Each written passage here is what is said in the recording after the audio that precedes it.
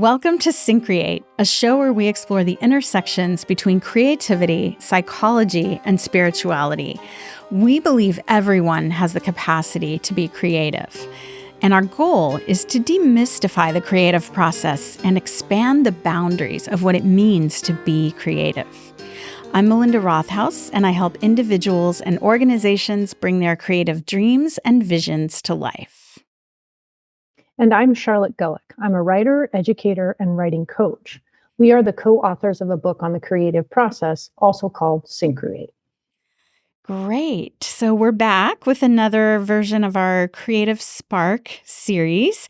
And today we're going to be talking about iteration, which is essentially the process of once you have your initial draft, initial version of whatever sort of creative piece or project you're working on, moving through the revision process, the refining process, the rehearsal process to get to a final draft. So I think sometimes there's a myth that it just comes out and it's perfect on the first try. And rarely, if ever, is that actually the case. So I think to think of it like in movie montages. Yeah. They kind of skip through the hard work. Yes. And I think we are asking people to not think about the creative process as a montage experience. Yes, exactly. So, maybe we could each share a little bit about our own creative process. It did take me a while personally to learn this, like particularly with writing. I think for many of my younger years, I just thought, you write it and you sort of edit it while you're writing and then you're kind of done and that's it. And I learned, particularly when I started teaching writing, that actually no. And we've touched on this in some of the Creative Spark episodes before where, there are multiple stages in any piece of work. And, some of the most accomplished writers, musicians, creatives of all kinds go through multiple iterations, multiple drafts before the work is finished. That's why it sometimes takes years to write a book, right? Absolutely. Absolutely. And I think about how this is so critical to one of our missions at Syncreate is to demystify the creative process. Yes. And I want to say that again, demystify the creative process. So important. And you hinted at it, but like the idea that you sit down and genius comes out is so destructive and actually antithetical to helping people feel joyous and powerful.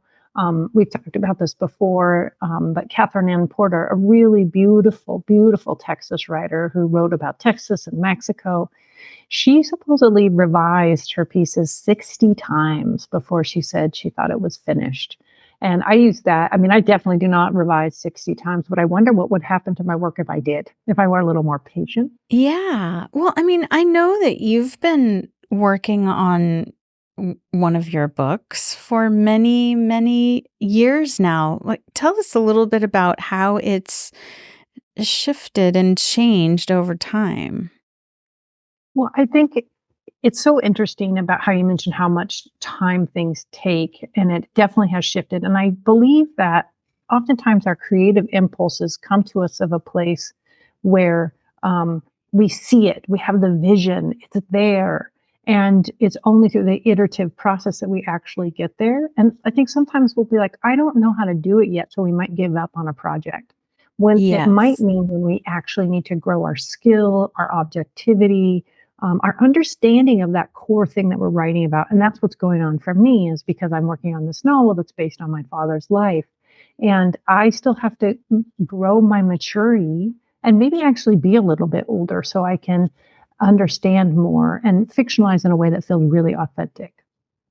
Yeah. And I think that's such an important point. Sometimes we have an idea and we have an aspiration that we want to create something and we can start it. And then we need just simply more life experience before we can actually bring it to completion. That can be frustrating because we want to get something done, but the more we can allow it to sort of simmer, things, when we were kind of talking leading up to this, like things take the time they take. They don't Mhm. always take the time we want them to take, right? Absolutely, and I think it's so important to, sometimes I'll look back on my early work and it'll be cringy to me, and I think that actually that's not a generous place to look at my early iterations. Um, I couldn't have gotten where I am if I hadn't written that piece. So I think it's like with a kindness and admiring what those earlier pieces were trying to do, and knowing I'm not giving, but I'm not ready yet to return to them, and seeing it all as a spectrum in a way that, like, that first piece is moving us along that spectrum to where we get to where we're satisfied with the work. Yeah. Yes, absolutely. So, I mean, I just once again came from a rehearsal with George, one of my collaborators, who we featured in episode 14. And he was playing a song for me that, he had started years ago. And I was like, how many of those do you have? He goes, oh, hundreds, of these little Mhm. snippets, these little voice memos, these little ideas. And then, at some point, maybe years later, like it's ready to come out to, take some more final form, you know? So there's no set timeline for this kind of thing. And one of the things I think is really important is, kind of the editing process. So sometimes we create something and then, we feel like it's our baby and we don't want to take anything away, even though it actually needs editing, or maybe some things need to be cut. And that can be really painful. I had a writing client one time who anything that she cut out of a piece of work, she would kind of stick it at the end under the label of orphans. Yeah, yeah. you know, they're still there. They're just not part of the current version. Maybe they'll find their way into something else, you know, but being willing to go back and get feedback on our work from people that we trust to give us honest, productive feedback, and then having the kind of bravery to edit and cut what needs to be cut. And, kind of like the metaphor of pruning, we have a tree or a bush. And, me personally, I kind of cringe at the idea of like cutting anything because it's alive, and you want it to be able to grow and do its thing. And but sometimes it actually benefits from the pruning. It stimulates more growth. It creates a healthier shape. It takes away maybe the parts that aren't thriving and allows the rest of the organism to flourish. So I think there's a metaphor there with our creative work. Absolutely. Um, you know, the thing about I think the trick there with the orphans is you're not actually cutting them right away. You're just moving them. And they might be seeds for something else. And but they're still there in their way because they were part of the process. Yeah. Yeah.